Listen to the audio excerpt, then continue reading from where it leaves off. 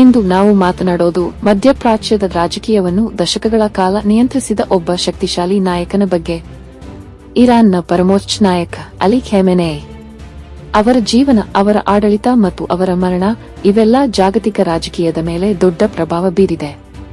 1939 April 19ರಂದು ಇರಾನ್ನ ಮಶ್ಹದ್ ಅನ್ನೋ ನಗರದಲ್ಲಿ ಹುಟ್ಟಿದ ಅಲಿ ಖಮೇನೇಯ್ ಮೊದಲಿಗೆ ಕೋಮ್ನಲ್ಲಿ ಧಾರ್ಮಿಕ ವಿದ್ಯಾಭ್ಯಾಸ ಮಾಡ್ತಾ ಇದ್ದವರು.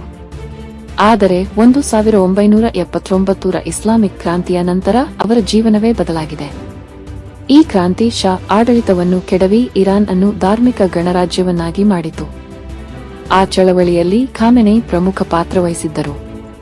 ಅವರು 1981ರಿಂದ 1989ರವರೆಗೆ ಇರಾನ್ನ ರಾಷ್ಟ್ರಪತಿಯಾಗಿ ಕೆಲಸ ಮಾಡಿದರು. ನಂತರ ಇರಾನ್ನ ಸ್ಥಾಪಕ ನಾಯಕ ಅಯಾತುಲ್ಲಾ ಖೊಮೇನಿ ನಿಧನರಾದ ಬಳಿಕ ಖಮೇನೇಯ್ ಅವರನ್ನು ಇರಾನ್ನ ಪರಮೋಚ್ಚ ನಾಯಕನಾಗಿ ಆಯ್ಕೆ ಮಾಡಲಾಯಿತು. ಸುಮಾರು 37 ವರ್ಷಗಳ ಕಾಲ ಖಮೇನೇಯ್ ಇರಾನ್ನಲ್ಲಿ ಅತಿದೊಡ್ಡ ಶಕ್ತಿಯ ಕೇಂದ್ರವಾಗಿದ್ದರು. ರಾಷ್ಟ್ರಪತಿಗಿಂತಲೂ ಹೆಚ್ಚು ಅಧಿಕಾರ ಅವರ ಕೈಯಲ್ಲಿತ್ತು. ಸೇನೆ, ನ್ಯಾಯಾಂಗ, ವಿದೇಶಾಂಗ ನೀತಿ ಎಲ್ಲದರ ಮೇಲೂ ಅವರ ಹಿಡಿತ ಇತ್ತು. ಅಮೆರಿಕ ಮತ್ತು ಇಸ್ರೇಲ್ ವಿರುದ್ಧ ಕಠಿಣ ನಿಲುವು, ಇರಾನ್ನ ಅಣು ಯೋಜನೆಗೆ ಬಲವಾದ ಬೆಂಬಲ ಇವೆಲ್ಲ ಅವರ ಆಡಳಿತದ ಮುಖ್ಯ ಲಕ್ಷಣಗಳು. ಆದರೆ ಅವರ ಆಡಳಿತ ವಿವಾದಗಳಿಂದ ಕೂಡಿತ್ತು.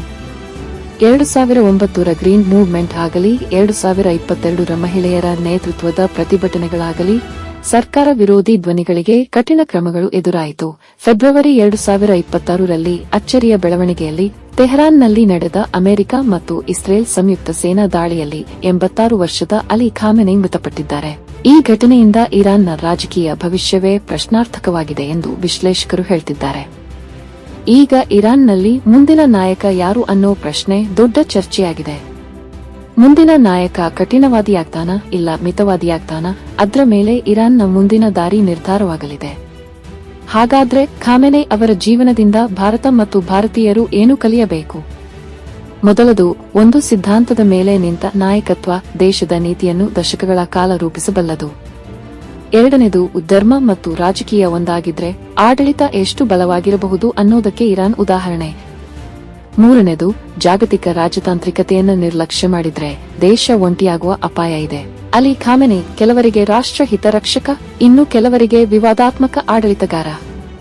ಆದರೆ ಅವರ ಹೆಸರು ಇತಿಹಾಸದಲ್ಲಿ ಶಾಶ್ವತವಾಗಿ ಉಳಿಯುವುದು ಮಾತ್ರ ಖಚಿತ. ಇರಾನ್ನ ಪರಮೋಚ್ಚ ನಾಯಕ ಅಲಿ ಖಮೇನೇಯ್ ಅವರು ತಮ್ಮ ಭಾಷಣಗಳಲ್ಲಿ ಹೇಳಿದ ಕೆಲವು ಬಲವಾದ ಮಾತುಗಳು ಇಲ್ಲಿವೆ. ಅವಮಾನಕ್ಕೆ ಎದುರಾಗಿ ನಿಲ್ಲದ ದೇಶಕ್ಕೆ ಗೌರವ ಸಿಗೋದೇ ಇಲ್ಲ. ಒಬ್ಬ ನಾಯಕ ಅನ್ನೋದು ತನ್ನ ದೇಶದ ಅತೀ ಬಡ ಜನರಂತೆ ಬದುಕಬೇಕು. ಎಲ್ಲವನ್ನೂ ತ್ಯಾಗ ಮಾಡಲು ಸಿದ್ಧರಿರುವವರಿಗೆ ಕೊನೆಗೆ ಗೆಲುವು ಸಿಗುತ್ತದೆ. ಈ ಮಾತುಗಳು ಒಬ್ಬ ಸಾಮಾನ್ಯ ನಾಯಕನದ್ದಲ್ಲ. ಇವು ಇರಾನ್ನ ಶಕ್ತಿಶಾಲಿ ನಾಯಕ ಅಲಿ ಖಮೇನೇಯ್ ಅವರ ಮಾತುಗಳು. Like, comment and subscribe.